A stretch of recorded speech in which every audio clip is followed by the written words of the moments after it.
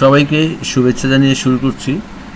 আমরা বাংলাদেশের প্রতিটা জেলার প্রতিটা ঘরে ঘরে আমরা 100% ইলেকট্রিসিটি চাই। এটা হলো মূল স্লোগান। এখন কেন চাই আমাদের যেহেতু আমাদের ছোট্ট একটা দেশ, আমাদের লোক সংখ্যা বেশি। এখন আমাদের যদি সব লোক এসে ঢাকায় মানে একটা কর্মসংস্থানের জন্য যদি তাকে বেঁচে থাকার জন্য ভালোভাবে তাকে যদি ঢাকামুখী হতে হয়, তাহলে আমাদের একটা ছোট ছোট শহরগুলো মানে যেমন ঢাকা শহরটা ওভার পপুলেটেড হয়ে যায়। ওকে ফাইন, আমি ওভার পপুলেটেড যদি না করতে চাই, তাহলে ফার্স্ট অফ অল আমাকে দরকার প্রতিটা জেলাতে কিছু বেসিক নিডস আছে। যেমন ধরেন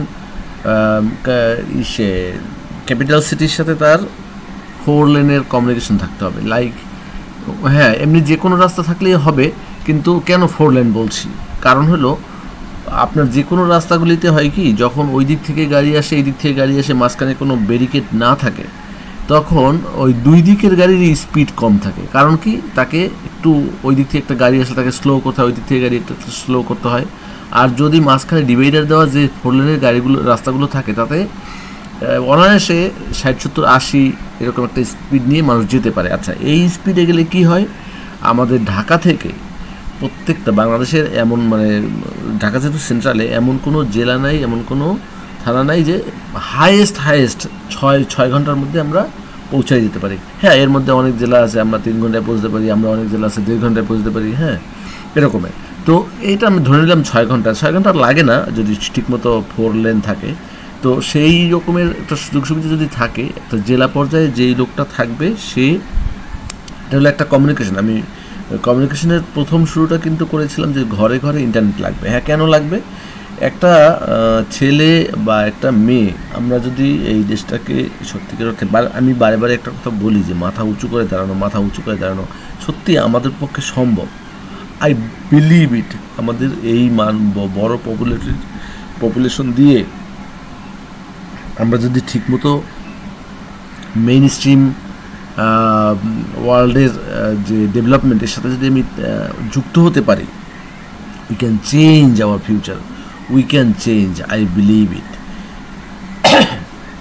লাইক আমার যেই ছেলেটা পটুয়াখালী, আমার যেই ছেলেটা ময়মনসিংহ, আমার যেই ছেলেটা বান্দরবান, আমার যেই ছেলেটা খুলনায়, প্রত্যেকটা ছেলে তার ঘরে বসে, তার আঙিনায় বসে সে যদি ইন্টারনেট ব্রাউজ করতে পারে, সে যদি কোনো একটা ইঞ্জিনিয়ারিং ড্রয়িং করে, সে যদি কোনো একটা কনফারেন্সের জন্য ঢাকায় আসতে হয়, তার একটা কনফারেন্সের জন্য জেলা শহরগুলোতে তার কমিউনিকেশন, মানে 2টা কমিউনিকেশন কিন্তু আমি এখানে বারবার মেনশন করতেছি। একটা হলো ফিজিক্যাল ট্রান্সপোর্টেশন কমিউনিকেশন, সেকেন্ড হলো তার ডাটা কমিউনিকেশন, মানে তার কানেক্টিভিটি কমিউনিকেশন।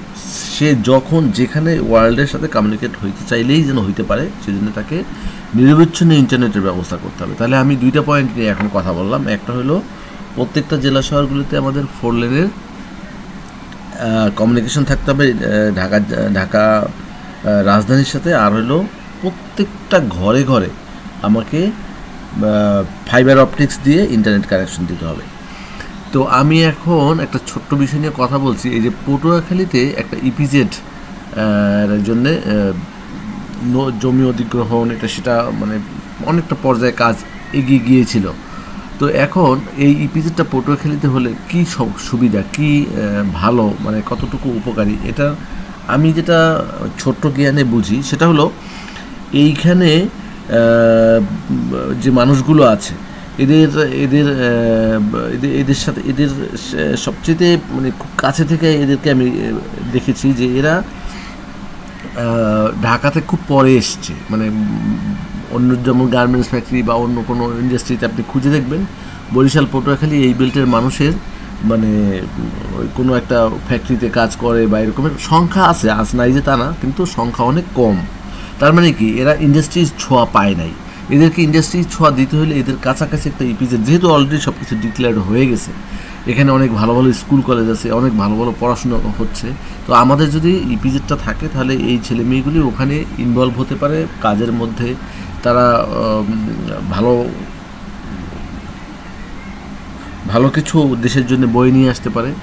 এবারে সেকেন্ড যে বিষয়টা বলছিলাম যে কাজটা যেহেতু অলরেডি অনেকটা হয়ে গেছে, তো আমরা ওখানে যদি একটা এক্সপোর্ট প্রমোশন জোন ইপিজেড আমরা যদি করতে পারি, তাহলে এই যে পায়রা বন্দর যেটা করেছিল, মানে একটা যে কোনো একটা পর্যায়ে, তো ওটা একটা পর্যায়ে ডেভেলপ হয়েছে, হ্যাঁ আমি জানি ওটা ডিপসি হয় নাই, অমুক হয় নাই, তমুক হয়, তারপরেও যতটুকু পোর্টের যতটুকু সুযোগ সুবিধা এই মুহূর্তে আছে, আমরা সেই সুযোগ সুবিধাটা যদি ওখানে প্রান্তিক লেভেলে আমাদের পটুয়াখালী বরিশাল বিভাগটাকে যদি আমি ধরি, কুয়াকাটা সহ একটা যদি আমি এক্সপোর্ট প্রমোশন জোন থাকলো, ওদিকে কুয়াকাটা রইল পর্যটনের জন্যে, আবার ওখানকার মানুষগুলো অনেক শিক্ষিত, তো এই সব কিছু মিলে আমরা যদি ওখানে একটা ডেভেলপমেন্ট হাব করে গড়ে তুলতে পারি,